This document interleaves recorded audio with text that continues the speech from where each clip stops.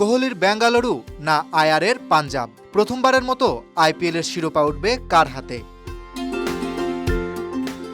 Chris Gayle, AB de Villiers আর বিরাট কোহলি টি-20 ক্রিকেটের তিন কিংবদন্তি। একসময় এই তিনজনই ছিলেন রয়্যাল চ্যালেঞ্জার্স বেঙ্গালুরুর মূল ভরসা।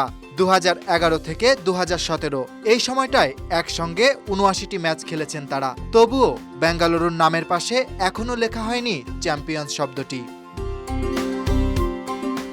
তিনবার ফাইনালে উঠে তিনবারই হেরেছে বেঙ্গালুরু, ঠিক যেন ফুটবলের নেদারল্যান্ডস। তিনবার বিশ্বকাপের ফাইনালে গিয়ে তিনবারই রানার্স আপ।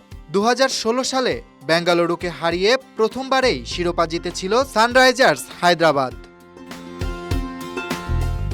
এবারের আইপিএলে আবারও সেই সুযোগ চ্যাম্পিয়ন হবার। বিরাট কোহলির বেঙ্গালুরু এবং শ্রেয়াস আয়ারের পাঞ্জাব, দুই দলই শিরোপার খোঁজে। লিগ পর্বে সমান 19 পয়েন্ট। কোয়ালিফায়ারে একে অপরের মুখোমুখি হয়েছিল দুইবার। সর্বশেষ ম্যাচে পাঞ্জাবকে মাত্র 101 রানে গুটিয়ে দিয়েছিল বেঙ্গালুরু। তবে আজকের ফাইনালে পুরনো হিসেব নিকেশের কোনো মূল্য নেই। সবচেয়ে গুরুত্বপূর্ণ, কে দিতে পারবে সেরা পারফরম্যান্স।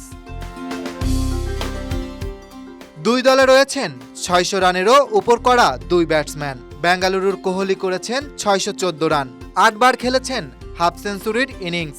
এদিকে পাঞ্জাবের শ্রেয়াস আয়ার করেছেন 603 রান, মাত্র 41 বলে ঝড়ো 87 রান করেছেন কোয়ালিফায়ারে। বোলিংয়েও কেউ পিছিয়ে নেই। বেঙ্গালুরুর পক্ষে জস হ্যাজউড নিয়েছেন 21 উইকেট, আর পাঞ্জাবের অর্শদীপের ঝুলিতে রয়েছে 18।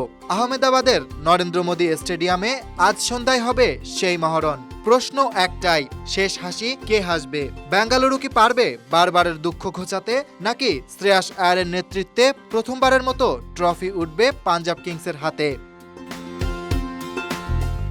Dhaka express news desk.